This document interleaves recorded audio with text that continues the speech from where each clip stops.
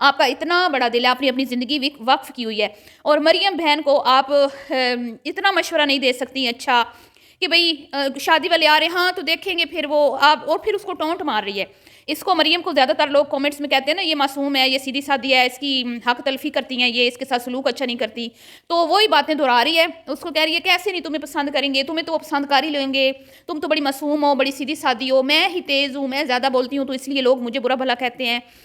زیادہ بولنے والا, پھر اماں جی بیچ میں لقمہ دیتی ہیں, زیادہ بولنے والا بندہ ہوتا ہے دل کا صاف ہوتا ہے, زیادہ بولنے والا. اماں جی آپ کو یہ نہیں پتا کہ یہ زبان ہی ہماری عزت کی کنجی ہوتی ہے, ہماری عزت کی محافظ ہوتی ہے, اور اگر یہ زبان جو ہے اسی کو ہم کنٹرول میں نہیں نہ رکھتے ہیں تو پھر ہماری جو عزت ہے نا اس کا بھی کوئی وہ نہیں ہوتا کہ بھئی کب کس وقت ہم اپنی عزت گوا بیٹھیں. اور ہمارے بڑے بوڑھے یہی کہتے ہیں کہ یہی زبان ہمیں تخت پر بٹھاتی ہے اور یہی گدے پر بٹھاتی ہے, لیکن آپ بقول آپ کے بھی زیادہ بولنے والا بندہ تو بھئی سیدھا سادہ ہوتا ہے اور دل کا صاف ہوتا ہے. کیا بات ہے, آپ کا تو پورا ٹبر ہی دوسرے کو بولنے کا موقع نہیں دیتا. جب مریم شروع ہوتی ہیں تو عائشہ کی باری نہیں آتی, عائشہ شروع ہوتی ہے تو مریم کی باری نہیں آتی, اور جب آپ شروع ہوتی ہیں تو بھی کسی کی باری نہیں آتی.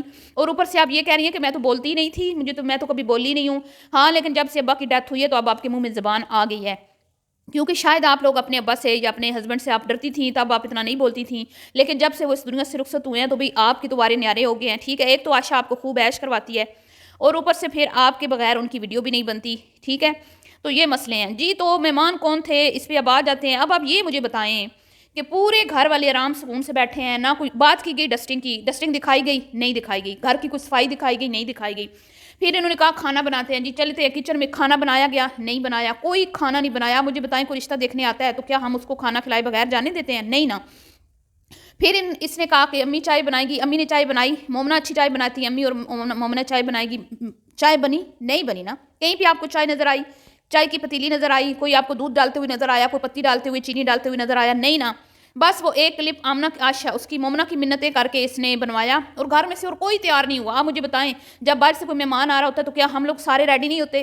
صاف ستھرے کپڑے تو پہنتے ہیں نا, چلو ہر کوئی نئے نہیں پہنتا کہ بھئی چلے جس کو دیکھنے آ رہے ہیں وہ نئے کپڑے پہن لے, باقی سب آخر صاف ستھرے تو ہوتے ہیں نا. کوئی آپ کو صاف ستھرا نظر آیا؟ اماں اسی بسیدے دوپٹے میں, عائشہ اسی جوکروں والے حلیے میں, مومنہ اسی گندے ترکے ہوئے سوٹ میں, اور وہ ٹرے اٹھا کے کھڑی ہوئی ہے چائے کا. اور میں نے شروع میں پکچرز لگا دی ہیں, آپ دیکھ لیں کہ چائے کے کپ خالی تھے. ٹھیک ہے, اور مریم فرماتی ہیں کہ اور کیا کیا دینا ساتھ؟ ہاں وہ چپس بسکٹ اور وہ سارا کچھ پاپڑ پوپڑ. ٹھیک ہے, آپ مجھے بتائیں کہ وہ چھوٹے بچے آ رہے تھے کوئی ہیں ٹی پارٹی پہ جن کو انہوں نے پاپڑ کھلانے تھے؟ آخر کچھ تو ساتھ میں کباب وغیرہ شامی وغیرہ, کچھ تو پیزا, کچھ برگر, چلیں باہر سے بھی منگوانا ہے, کچھ منگوایا گیا نہیں نا.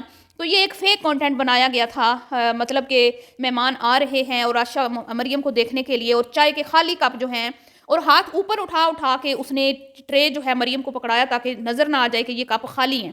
اب میں نے پکچرز لگا دی ہیں, آپ بغور دیکھ لیں کہ ان کپوں میں چائے بالکل بھی نہیں ہے, کپ خالی ہیں, اور مومنہ ایسے ہل رہی تھی, ہاتھ ہلا رہی تھی. یہ تو مریم ہی لے کے جائے گی کیونکہ مریم کو دیکھنے آئے ہیں, تو کیا چائے اس میں ہوتی تو گر جاتی نا ٹرے میں؟ نہیں نہ گری کیونکہ کپ خالی تھے. ٹھیک ہے, تو یہ جی رشتہ اس کا ہو چکا ہے. یہ جو رشتے کا اس نے شوشہ چھوڑا ہے نا, یا تو رشتہ ہو چکا ہے, اور یہ جی چاچی کوئی ہے دلچسپی لے رہی ہے اس کے رشتے میں, مجھے نہیں پتا اب کون سی چاچی ہے. تو نیچے کومنٹس میں کچھ لوگوں نے کہا ہے کہ آخر چاچی نے رشتہ مانگ لیا, لیکن بولی عوام کو یہ سمجھ نہیں آ رہی کہ چاچی کوئی نہیں آئی, یا تو چاچی پہلے آ کے چلی گئی ہے, ہاں ہو گئی ہے, اور اب یہاں پہ فیک کنٹینٹ بنایا جا رہا ہے, اور اس میں یہ کہہ رہی ہیں کہ دیکھنے آ رہے ہیں. او بیبیوں, تم لوگوں کو تو پوری دنیا نے دیکھا ہوا ہے, مریم میڈم کو تو پوری دنیا نے دیکھا ہوا ہے, صاف ستھرے کپڑوں میں دیکھا ہوا ہے, گندے کپڑوں میں دیکھا ہوا ہے, میک اپ میں دیکھا ہوا ہے, بنا میک اپ کے دیکھا ہوا ہے.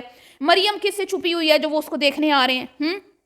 پہلی بات تو یہ. دوسری بات, اگر وہ آ رہے ہیں تو ان کو پتہ ہے ساری ہسٹری تمہاری تو ہر ایک چیز کا پتہ ہے کہ مریم کے ساتھ پہلے کیا ہوا, اب کیا ہوا, چینل چلا رہی ہے, تو وہ اب آ کے دیکھ کے پسند کریں گے؟ نہیں نا. ان کو رشتہ پہلے سے ہوں گے انٹرسٹڈ کہ بھئی یہ بندی ہمیں یوٹیوبر ہے چاہیے, تو ہو سکتا ہے اس کا رشتہ ہو گیا ہو, اور خاندان میں ہی ہوا ہوگا کہیں نہ کہیں, کیونکہ چچی کا نام لیا جا رہا ہے.